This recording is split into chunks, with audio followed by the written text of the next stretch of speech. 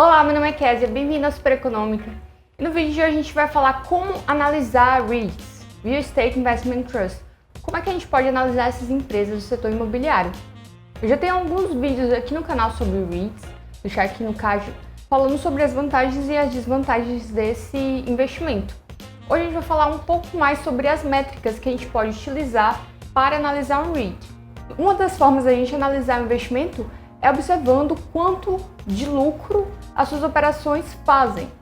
E uma maneira que a gente pode analisar isso em um REIT é através do FFO, ou Funds of Operation.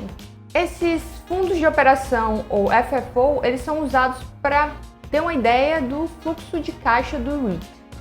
Normalmente nas empresas a gente pode usar uma métrica chamada PL, ou o lucro por ação, que mostra mais ou menos quanto é que é o lucro dividido pelo número de ações.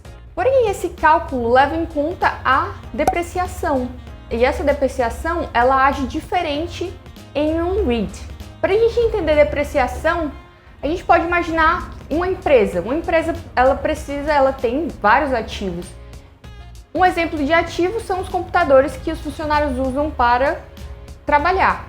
Esses computadores, eles vão ter uma vida útil, que é tabelado mais ou menos 5 anos. Porém, cada ano, a empresa ela deprecia um pouco do preço desse computador. Por exemplo, um computador que custou 5 mil reais, a empresa publica nos seus relatórios contábeis, por exemplo, que ele depreciou 1.000 reais esse ano, 1.000 reais no ano anterior e assim por diante. Esses 1.000 reais eles não vão sair diretamente do caixa da empresa todo ano. Por isso que a gente chama a depreciação de uma despesa não caixa. Esse dinheiro só vai ser usado na hora que a empresa compra um novo computador, por exemplo. Porém, anualmente essa depreciação é contabilizada. Em um REIT, que os maiores ativos dessas empresas são imóveis, essa depreciação ela age de uma maneira diferente. Porque dependendo do imóvel, dependendo da qualidade do imóvel e da localização, ele tende a se valorizar com o tempo, não depreciar. Então, com o tempo, uma torre comercial, por exemplo, ela vai valer mais do que ela valia hoje. Então, o FFO, ele vai levar em conta essa depreciação, ele vai somar essa depreciação na conta para ver quanto é que o REIT ele vai lucrar. Então, a gente pode dizer que o FFO ele vai contabilizar o lucro líquido do REIT, ou seja, quanto ele fez, quanto ele lucrou com as suas operações, e vai somar com a depreciação e vai dar esse número. Basicamente vai ser essa conta. E o lucro por ação do REIT, o PL, ele vai ser contabilizado pelo FFO por ação. Então, fundo de operações por ação. Então, é esse valor dividido pelo número de ações que o REIT tem. Então, é desse modo que a gente pode comparar REITs no mesmo setor e ver quais estão caros e quais estão baratos. Porém, existe um indicador que ele é mais preciso do que o FFO. É chamado de AFFO.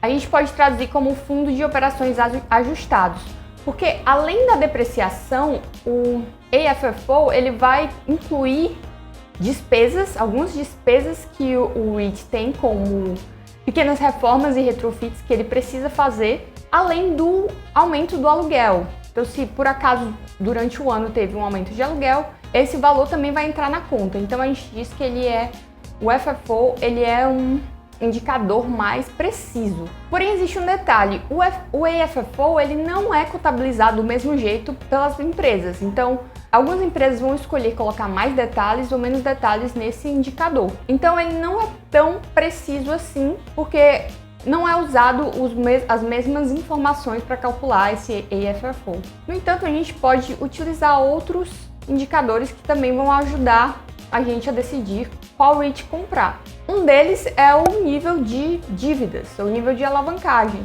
Os REITs, normalmente, eles não conseguem reter os seus lucros para comprar novos imóveis, já que eles têm que distribuir para os seus acionistas pelo menos 90% do que eles lucram. Então não sobra caixa para comprar imóveis novos. Existem duas maneiras que o REIT ele pode adquirir esse dinheiro para fazer essas novas compras. Uma das maneiras é distribuindo novas cotas do mercado para arrecadar esse dinheiro. Porém, no mercado de REITs, isso não é muito bem visto, já que essas novas cotas elas acabam diluindo a participação dos investidores, dos acionistas. Então, não existe muito essa cultura, apesar de ter novas distribuições ou emissões follow-on, não é muito comum no mercado de REITs. O que eles fazem para adquirir mais dinheiro é adquirir dívidas ou ficarem alavancados. Para comprar um imóvel é preciso muito dinheiro, então REITs eles costumam ter muita dívida justamente porque eles tomam muito dinheiro emprestado.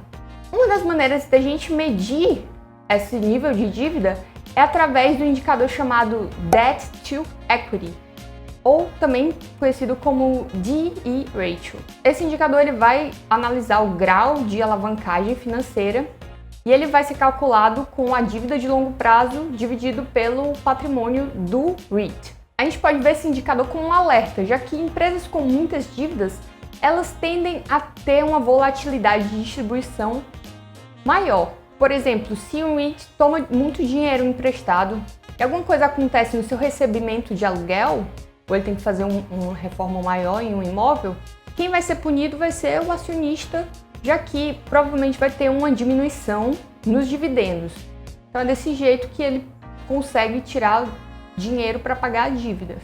Mas desde a crise do subprime norte-americano, que aconteceu em 2008 e 2009, a gente tem visto que o mercado de REIT está adquirindo menos dívidas. Os REITs estão adquirindo menos dívidas. E atualmente a média do D/E Ratio do mercado, a média de dívidas do mercado, está por volta de 1,61. Então a gente pode ver que o nível de dívidas está bem controlado. Isso vai mudar, lógico, de REIT para REIT. E a gente tem que ter atenção de observar esse nível de dívida. Existem também outros indicadores que eu não vou falar aqui nesse vídeo para você conseguir analisar um REIT, como a qualidade do imóvel, localização, etc. Mas se você tiver alguma dúvida sobre esse tipo de análise, comenta aqui embaixo que eu sempre tento responder os comentários. Se esse vídeo trouxe valor para você, considere curti-lo e assinar o canal. E até a próxima!